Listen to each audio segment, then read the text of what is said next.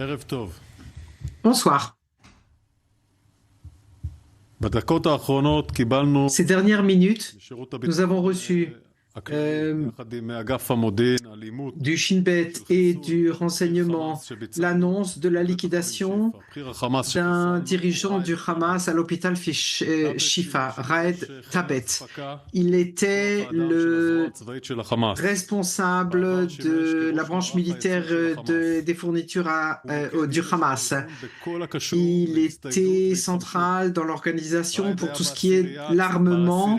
Il faisait partie des 10 dirigeants de la branche armée du Hamas, proche de Sinwar, de Def et de Marwan Issa.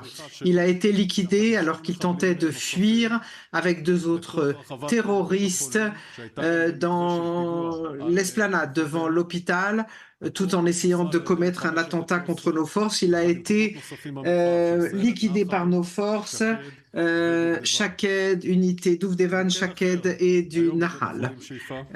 À l'hôpital Shifa, dans la maternité, une unité d'élite du Nahal a fait des recherches dans cette maternité. Ils ont découvert des terroristes qui ont été poursuivis et les 3 terroristes ont été liquidés. Et nous sommes en train d'identifier qui ils étaient. Nous le publierons plus avant.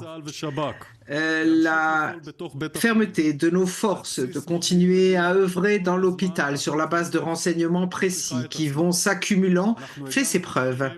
Nous sommes arrivés à leurs dirigeants et nous en aurons encore davantage. Avec les renseignements obtenus dans les interrogatoires à l'hôpital, nous vérifions l'axe du Hamas qui nous dirige vers les entrepôts de roquettes de longue portée. Nous menons des actions avec le bataillon 601 qui liquide ces entrepôts d'armes.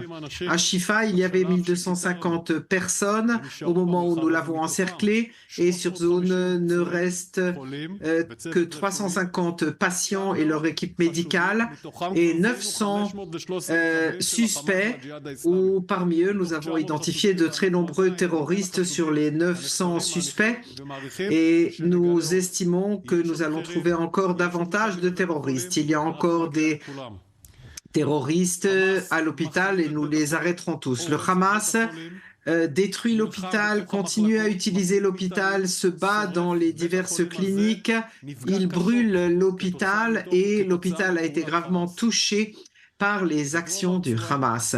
Dans le sud de la bande de Gaza, les forces de Tzahal se battent dans le quartier d'El Amal où se terrent des terroristes. Nous avons arrêté des dizaines de terroristes, nous avons détruit des tunnels sur la base de renseignements où nous avons trouvé de nombreuses bombes et nous sommes en train d'interroger les terroristes arrêtés.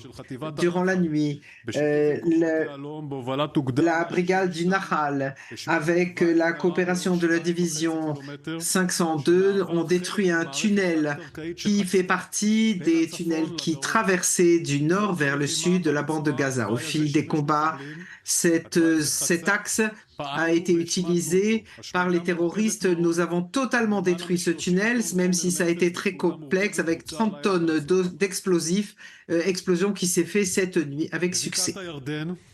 Dans la vallée du Jourdain, tôt ce matin, un terroriste a ouvert le feu sur des véhicules israéliens, parmi eux un autobus d'élèves. Malheureusement, le résultat, ça a été 3 civils blessés, dont un jeune homme de 13 ans. De nombreuses forces sont en train de poursuivre le terroriste et nous le poursuivrons jusqu'à ce que nous mettions la main sur lui. Le commandant du centre est venu sur zone et à isoler toute cette zone d'attaque pour éviter que le terroriste ne puisse s'enfuir. Nous sommes déployés de manière importante en Judée, en Samarie et dans la vallée du Jourdain pendant le Ramadan et empêchons des attentats terroristes ces derniers jours et plus avant, nous continuerons à le faire. Dans le nord, nous continuons à renforcer la préparation de toutes les forces de l'armée. Nous avons fait des exercices surprises pour vérifier les préparatifs faits par l'armée de l'air mer, dans le commandement du Nord, de l'artillerie et des soldats au sol, donc pour être prêt à toute éventualité. Aujourd'hui, les avions de l'armée de l'air attaquent dans l'espace aérien libanais les forces du Hezbollah avec des infrastructures importantes du Hezbollah. Depuis 48 heures, nous avons liquidé au Liban 16 terroristes. Cette dernière semaine, 30. Cela s'ajoute à notre travail dans le Nord qui est important, qui tue beaucoup de terroristes, en particulier tous ceux qui veulent rentrer sur notre territoire. Nous arrêtons les terroristes et leurs attaques, les forces Radouane, et nous repoussons le Hezbollah au-delà de la frontière. Les habitants du Nord, je sais que cela fait 6 mois maintenant que vous vivez une période extrêmement difficile. Malgré cela, vous faites preuve d'une résistance extraordinaire. Nous continuerons à attaquer fortement le Hezbollah. Nous continuerons avec tout le commandement Nord, avec les réservistes nombreux qui s'y trouvent, et nous continuerons à œuvrer avec force et tout faire pour créer la situation sécuritaire qui permette aux habitants du Nord de rentrer en sécurité chez eux. Depuis le début de la guerre, Tsahal œuvre à collecter des renseignements et des preuves qui montreront au monde la taille des crimes de guerre commis par le Hamas. Nous collectons ces informations avec le Shin Bet, la police israélienne, et nous avons une base de données extraordinairement importante qui montreront au monde les crimes de guerre du Hamas. Il s'agit de contenu extrêmement douloureux et difficile, mais c'est notre devoir que de le dévoiler et d'en parler.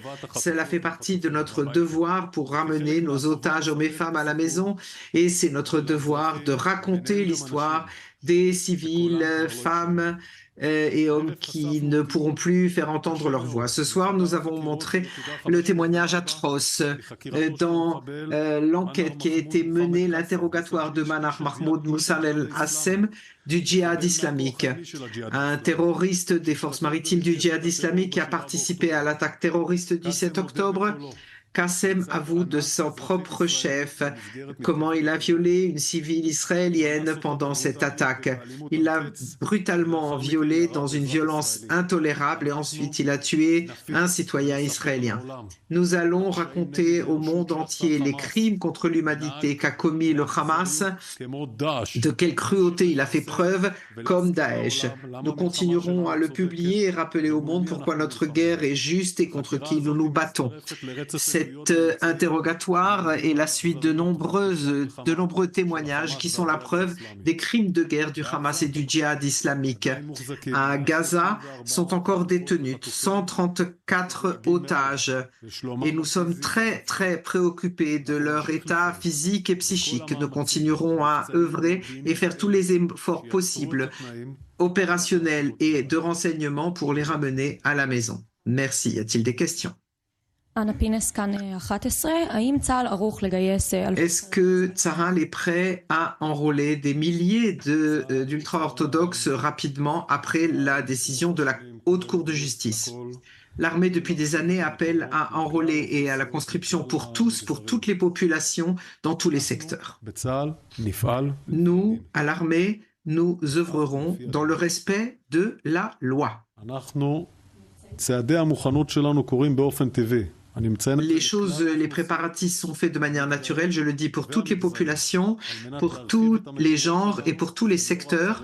Nous avons besoin d'autres sources, pas seulement les ultra-orthodoxes, mais tous les secteurs sont concernés et nous œuvrerons dans le respect de la loi. Merci et bonsoir. Voilà donc pour cette intervention du porte-parole de l'armée israélienne, le contre-amiral Daniel Hagari, colonel Meir Dahan. Ce qu'on retient, c'est que les combats continuent autour des hôpitaux, principalement, on le sait, Shifa.